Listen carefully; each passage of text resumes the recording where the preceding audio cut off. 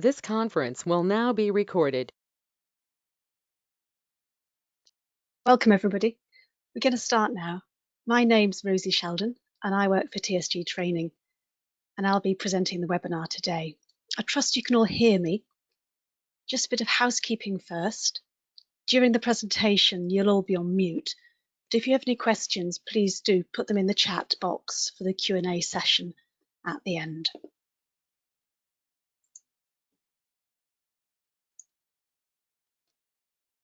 I'll be talking about the ISTQB Foundation Mobile App Test course today. And if you want to know more, please do contact us. This course typically runs monthly, and as you just heard, the webinar is being recorded and it'll go onto our website within the week, and that's www.tsg-training.co.uk.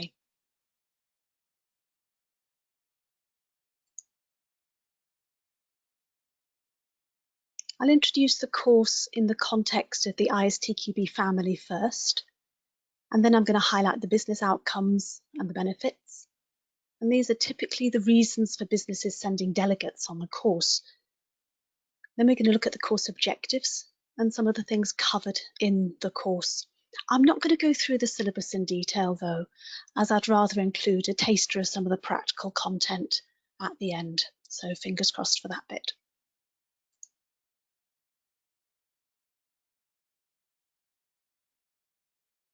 The mobile app course is a foundation level course, and it's a follow-on to the ISTQB Certified Tester Foundation, or what you might just call the foundation. So you need to have passed the foundation exam if you're going to sit the mobile app tester exam, but anybody is welcome for the course. And it's a 2-day course, and the exam's held at a later date. And the course has both theory and practical aspects. So here the foundation level courses are in the light blue. The mobile app course is being highlighted, and that's focusing on skills and knowledge needed by mobile app testers. And the advanced level courses are in dark blue that TSG Training also provide, amongst others. So this is the ISTQB collection, part of the family. And here you can see the business outcomes. So these are the high-level descriptions of what delegates can achieve by attending the course, or rather what the business hopes that delegates are going to achieve by attending the course. And maybe some of these are why you're interested in hearing this webinar on mobile app testing. Now, although it's actually a foundation course, so it's not an in-depth course, we do cover a lot in the 2 days. We begin with the business and technology drivers, so you can understand how the strategy needs to be created with the mobile app in mind. And there's key differences which need to be reflected in the test strategy. And then we're going to look at the challenges and the risks.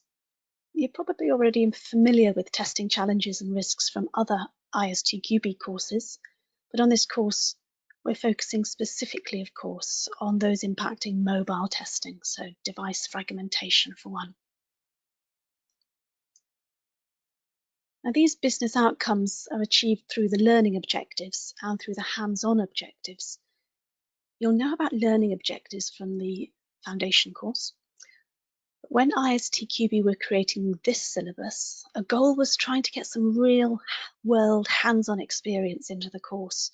So even though it's only a 2-day course, it's designed so you can actually use some tools when you get back into your workplace. So the drive is to get hands-on experience that'll be useful immediately. So here they are. The course has got hands-on objectives in addition to learning objectives. It might be a demo, it might be an exercise you do yourself, but this makes it more interesting and more memorable when you go back to work. And it actually also helps you recall the theory for the exam.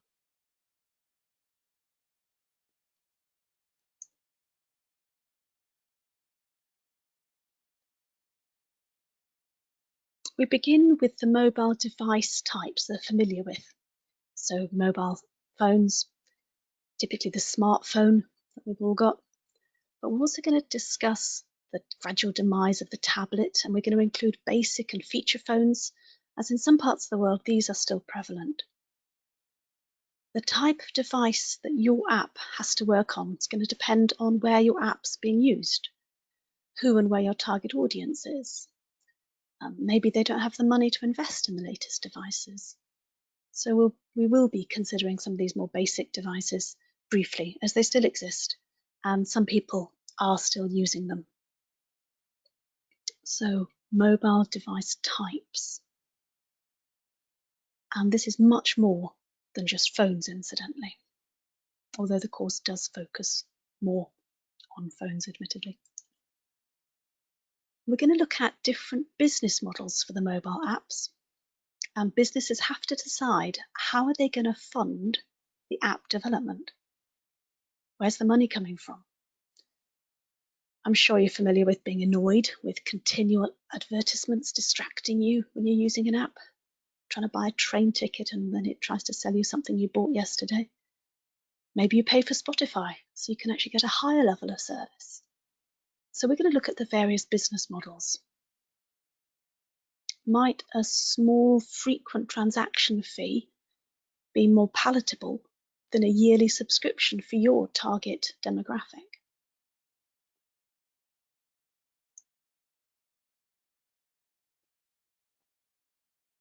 There's a host of online resources so that you can analyze the shifts in users' choices. Know your customer. And we're going to show you where to get up-to-date information to inform your testing. There's so many different variables with apps, and there's so many different devices, different software, different hardware, different network types, different providers, different versions, and you've got Android OS fragmentation. So let's have a closer look at that graph there.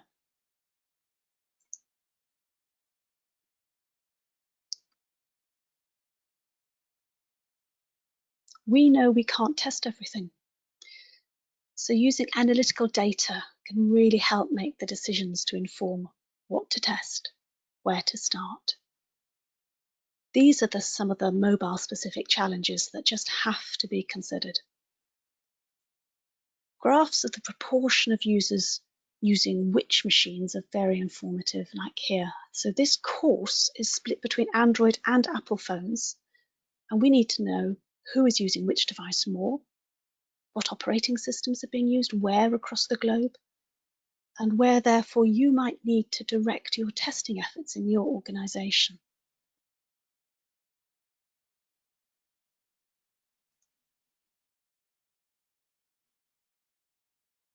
Here we can see that usage changes dramatically by country. You can see that China has far less use of the iPhone 7 than the States and Northern Europe. So a test strategy for an app targeted at the US would be quite different from one targeted at China. So very valuable information from analytics, from data.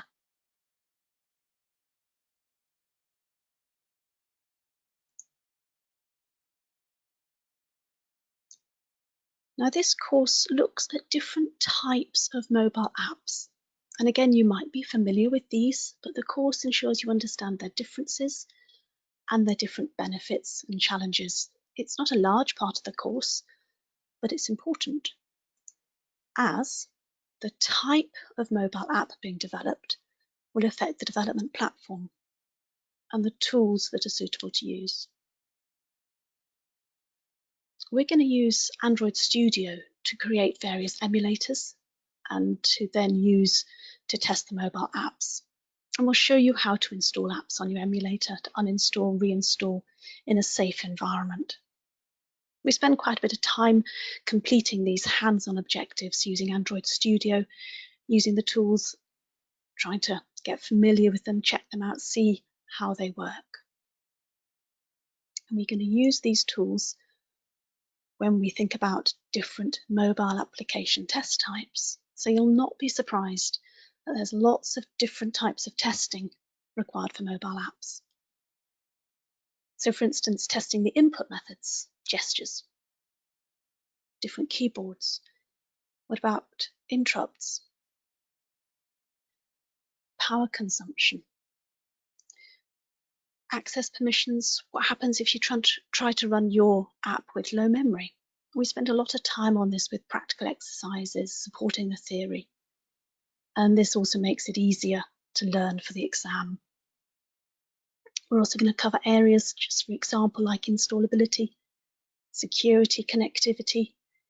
Please do see the syllabus for the complete list, although I do want to mention here globalization and localization testing, because of course the whole point of a mobile device is for it to be mobile. And it's not just mobile phones. So if you're developing an app, have you tested it with different languages, different keyboard layouts, different preferences? Where might it be used?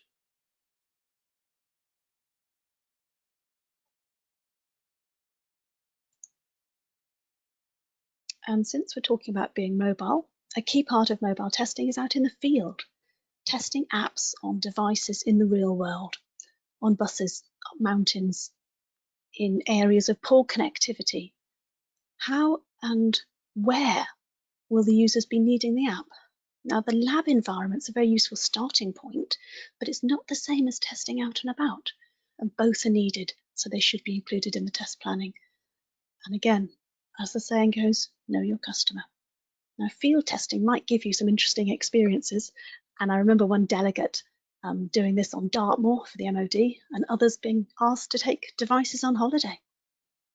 I think they refused. And a different type of testing that's critical for mobile apps is experience-based testing. Experience-based. So what's the risk? How much time have you got? What information have you got to carry out the testing? Going back to your foundation course. So answers to these questions drive how much experience-based testing is appropriate. And this includes thinking about different personas, for example. So for instance, my mum can't download the COVID symptoms study app, and I don't honestly think she's ever downloaded an app. So she's one persona, whereas you would be an example of a different persona, I expect. So what variety of people will be using your app?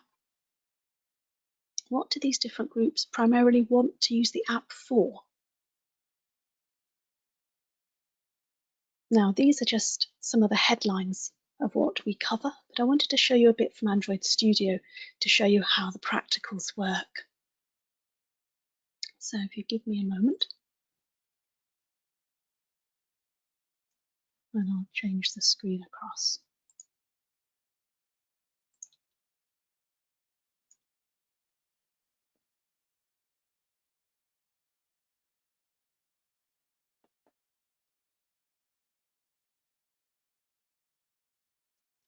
So here we have an emulator.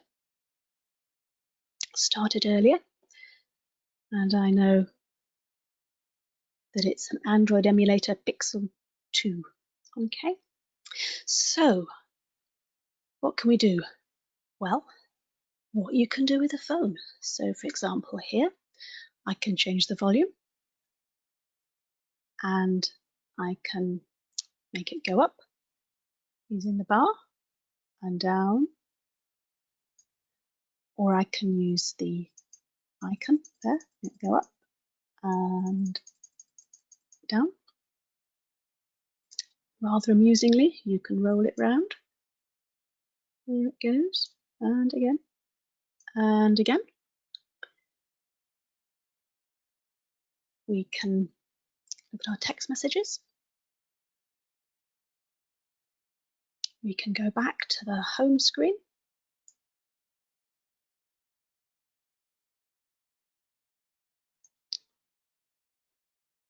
We can look at the overview. But also, we can make calls. We can call the phone. We can answer calls. We can make calls from the phone. So let's have a go. I'm hoping you'll be able to hear this. So let's call the device.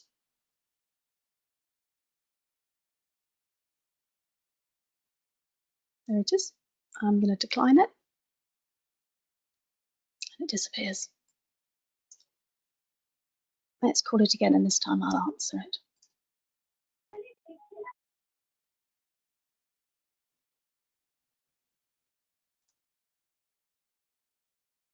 And now you can see that just like on your phone, there it is. You can have another call at the same time. You can interrupt it.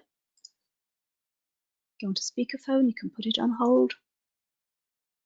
All of this is available to you. But let's close it now.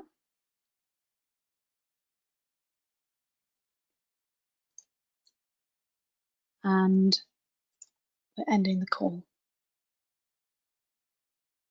Now we can send messages. So, hi, are you free for a chat?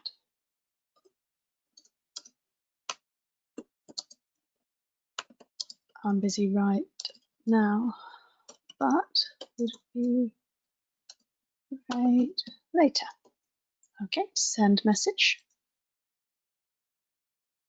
And if you look at the mobile, there it is. You can mark it as red. Let's see it. There we are. Are you free for a chat? I'm busy right now. And I can reply, of course. So, hi, maybe later. Okay, so we got emulators. You can call them, you can, yeah, we can test them, but remember, this is just one device, but you're going to need to test on many different devices. So let's close that one and go on to Studio, and we'll see if we can open up a different device. So here we have Android Studio, and you can see that I've got two different devices here, but we've got Android Virtual Device Manager, and we can have more devices. We can create a virtual device here at the bottom. So create a virtual device. So I've got some to choose from, and lots of different ones.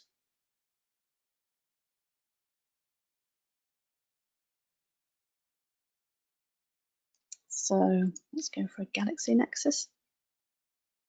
This shouldn't take long. And then you've got some options. I'm just going to go with the recommended. Release, and then finish. And very swiftly, I've got a new device available. And these can be launched in the emulator themselves. Okay, so let's launch that phone in the emulator. There it is.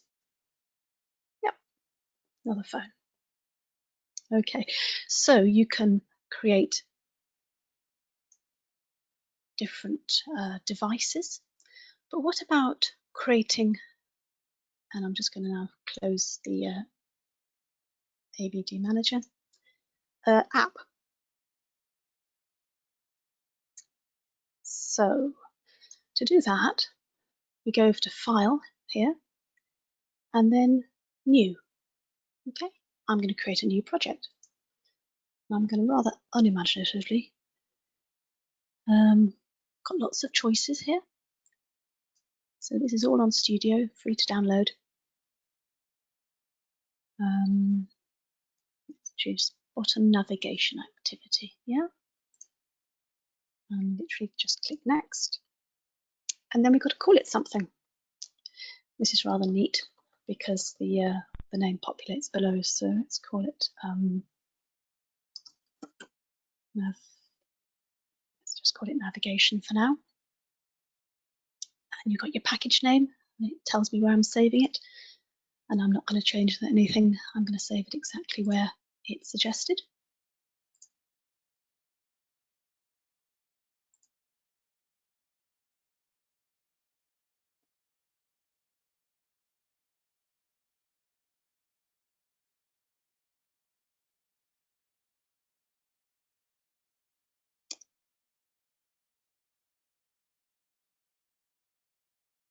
And then in a moment, I'm going to press finish. Let's see if I can get that.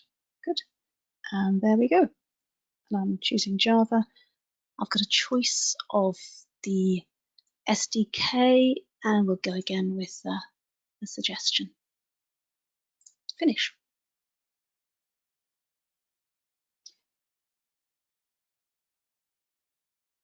So it's loading the project. What we're going to do is run it on that new phone that we just created in the emulator. It usually takes about 40 seconds.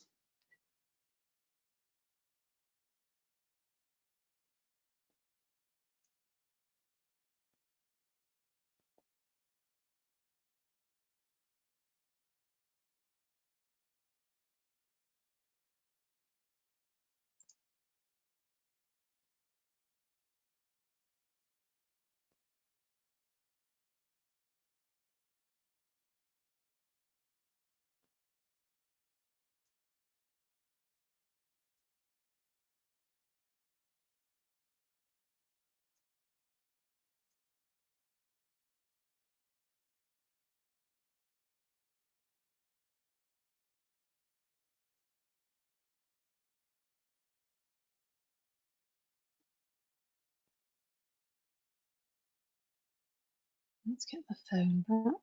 So we wanted on that one, didn't we? There it is. And this here is the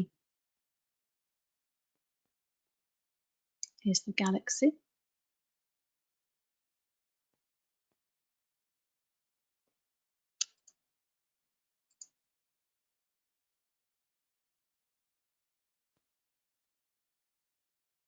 And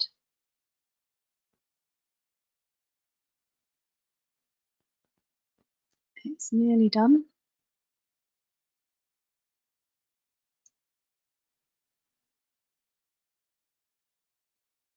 You can see it's doing its build now.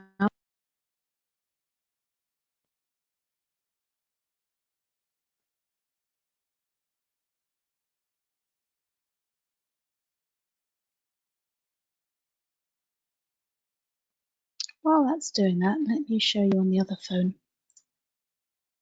Here we have the other phone, going back to the home screen of one that I put on earlier. Here, just one called Login.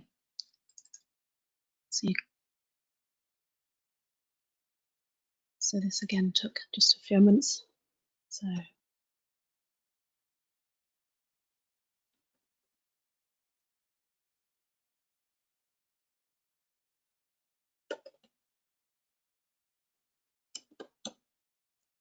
and obviously it's not connected, so it really doesn't matter what I put as my password.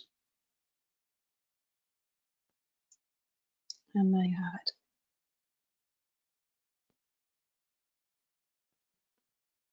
Okay, so very simple screen. I know it's very short app because that's as far as it goes on that one. Okay.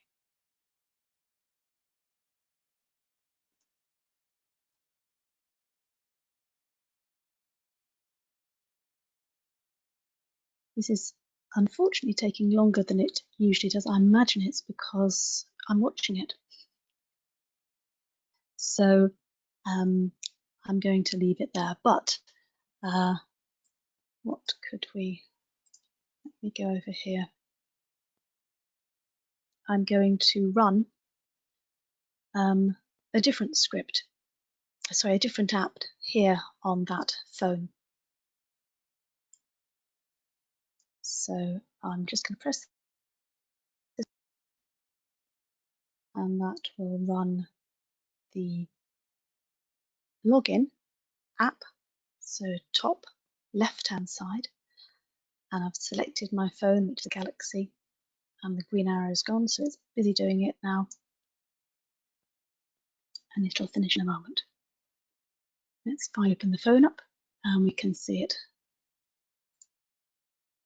working.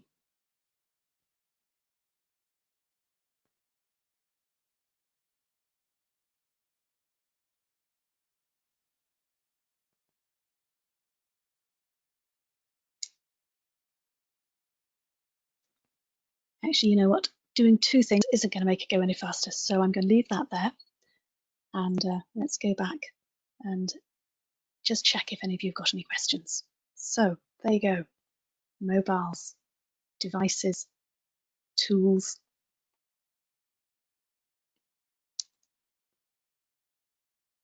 Okay. So I'm going to just switch the screen back.